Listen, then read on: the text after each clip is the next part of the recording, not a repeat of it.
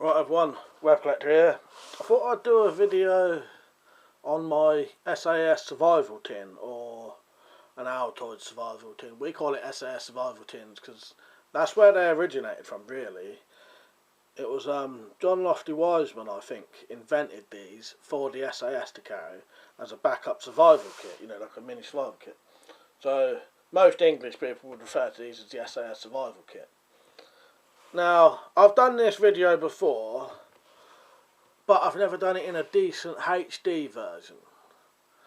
I've got a better camera now, so I can actually do a nice, you know, nice focused, detailed HD video for you. So, this is the tin. It's a standard tobacco tin, the sort of standard size one. And this is well packed. I will admit that it barely shuts, as you can see, but nothing would fall out of this, and you'll see the amount of stuff I've got in here. There's a lot of stuff. Right, so the outside is covered with these bands, and these bands are just bits of bike inner tube that you cut sections of, and they work really good, strong, like elastic bands. And if you pack your survival kit as much as I have, you're going to need them. Like I said, this barely shuts. The lid wouldn't stay on with without those. I think they're called Ranger bands. People call them Ranger bands. So that's the outside of my tin. Got 4 Ranger bands on. This on the outside here, it's just because I've packed it so much I couldn't quite fit this in. I could fit it in without this little case, but without it, it could get scratched. There's a little metal mirror, little metal mirror with a little sort of safety bag there, you know, to stop it being scratched. So you've got a mirror to start. There's your Ranger bands, and then on the top, on the lid, I've put Morse code. Could come in handy. Chances are you'll probably never use it, but it could be handy. And then on the inside, I won't be able to show you this, but on the inside of the lid, I've put all my details, like my name, address, and stuff like that. You can put your blood type on there, and you know, anything that would help if you got lost and, I don't know, say even if you died, at least I'd be able to identify your body. You know what I mean? And also on the back there is a striker that I've glued to the inside, so you can strike matches. This here is something I got from another survival tin, which I just I photocopied this actually, and it is a Gerber. I don't think this is the original anyway. This is a Gerber, no, WebTech, sorry. It's a WebTech survival instructions, and it just gives you some basic ideas of stuff to do: first aid, fire, you know, it's got Morse code on there again, and some stuff like that. And then on the back, a couple of other things.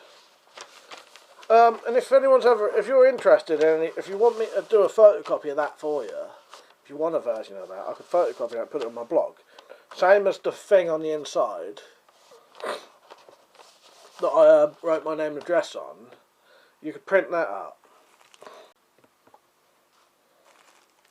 Right, in this bag is a match striker again, and some cotton wool in a bag just to keep those dry, and that's for fire starting, and in case your box of matches gets wet. Got a couple of bags here. I think there's about 4 bags here for water collection. And another thing you can do, if you need to use the tin for something, you can put the contents of the tin in one of these bags. Some water purification tablets. Actually, these ones have just gone out of date. I'll have to get some more of them.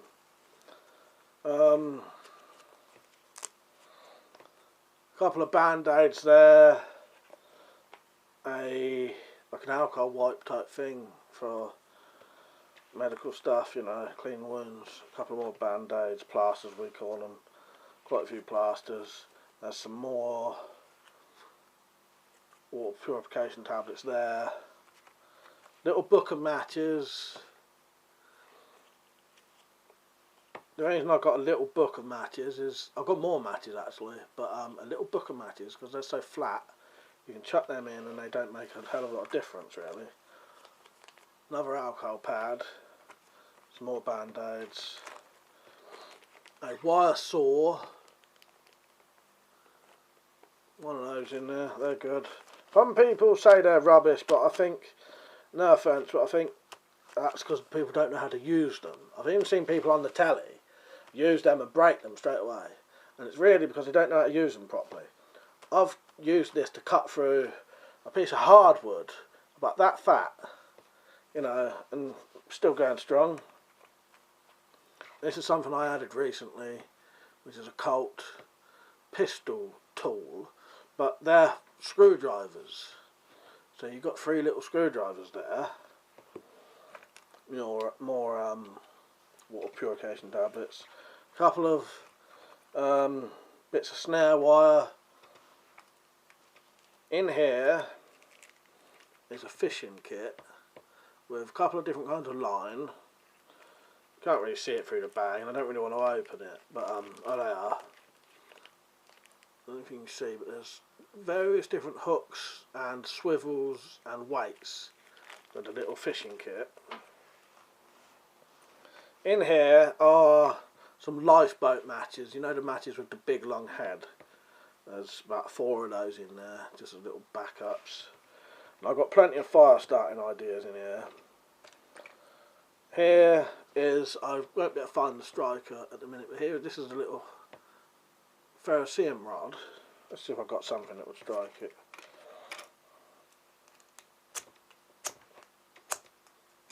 This isn't really the striker, but yeah, little mini Flint Rod. This is a tin opener and bottle opener. G10 I think they're called, I'm not 100% sure now, I can't remember. More band-aids. Lighter. You know.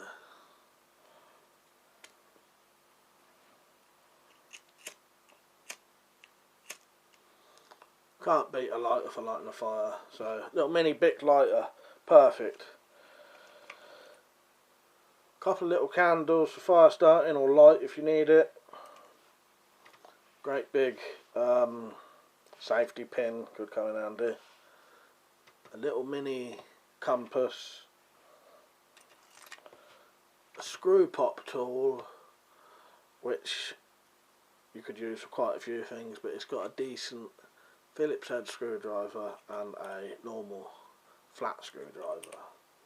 So now you've got a full size one, a couple of little mini ones, and I've also got a mini, like micro, like a tiny little screwdriver. You know, if you had glasses or something, could be handy for that. It don't take up no room, so you've pretty much got all your screwdriver options. An arrowhead that I made. Another candle. A straw for when you're doing water collecting, especially if you're doing it in bags, you can leave the bag in place, stick the straw in.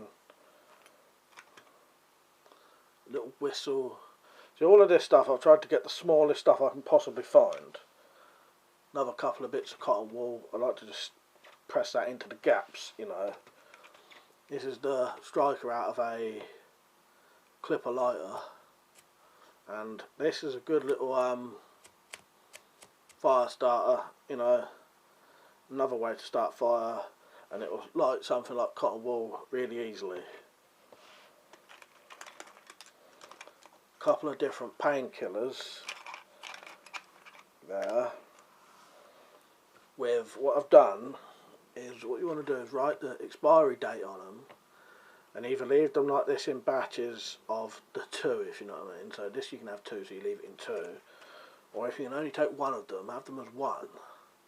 But again, you want the date on them. So this one runs out the 5th, 2019.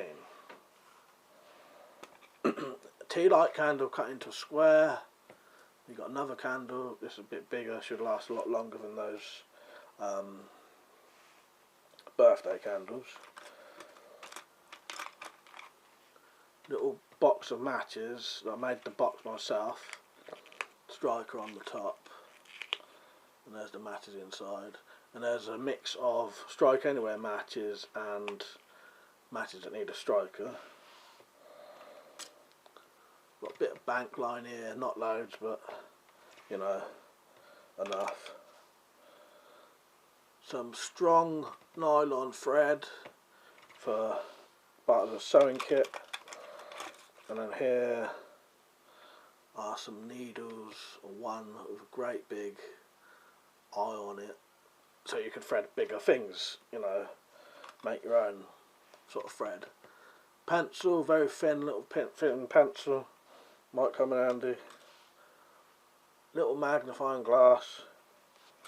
There's some random buttons because, you know, why not? You know, it fills the gaps. More safety pins, little safety pin there. Hacksaw blade. Yeah, not a hacksaw blade, jigsaw blade for cutting wood. And we've got other stuff in here. This is the striker for the flint, for that.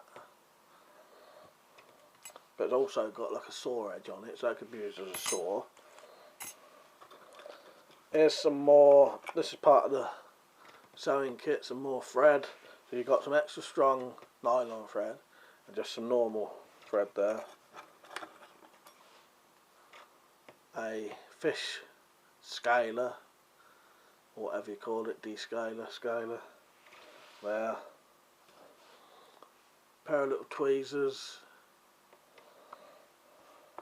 A couple of these sort of key rings that could be handy, especially to put on like the fish scaler or whatever, you know, as a little handle. Some Stanley blades. These are like hard, like utility blades, you know, they're thicker than a razor blade and they're only one edge, so they're good backup blades. I've got an actual lock-in penknife with it's about a 1.5 inch, maybe 2 inch blade. If you can get these for a survival tin, these are brilliant. Look how thin that is. It's full metal construction and it's actually got a decent sized blade and it locks. The only thing is I don't know the make or anything, so I can't really tell you, but I would recommend trying to find something like that, because that's such a good knife for a survival tin and it fits in lovely. And the last couple of things, I've got a couple of paper clips that could come in handy for something, you know, it's a bit of wire. Another couple of safety pins. One of these credit card tools that's got tin opener, bottle opener, screwdriver, saw, and stuff like that, ruler. I suppose with this, if you had this, you could probably replace, you could probably get rid of that. But it's just, I like having some of these as extra, you know, so if your saw breaks, you've got a backup saw. If you lose your tin opener, you've got another tin opener, you know.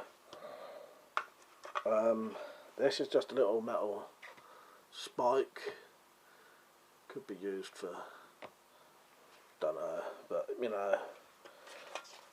And then lastly, a bit of paper for just various things. So yeah, that's what I've got in my survival tin. I'm pretty sure this is everything that's recommended in the book. And there's enough room to fit some little things in, you know, like these, you know, like things like safety pins. You could put some more of those in. There's a couple of little bits of room you could add some more stuff. So yeah, that's my S.A.S. survival tin, or Altoids survival tin. Like I said, I thought I'd do a HD video for you. So yeah. If you enjoyed the video, don't forget to share it and that. If you want any more info, look in the description and there'll be a link to my blog as well.